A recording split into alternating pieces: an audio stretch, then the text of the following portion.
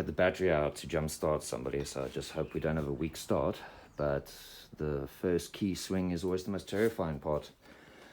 So let's do it together. 1, 2, 3, 4.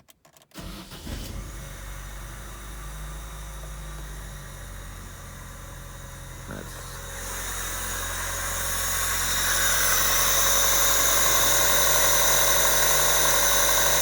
good.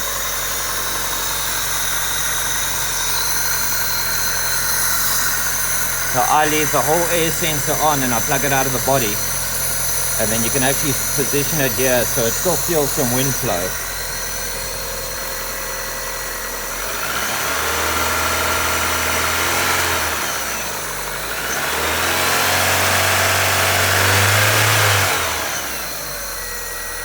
Right, that's what it's supposed to sound like.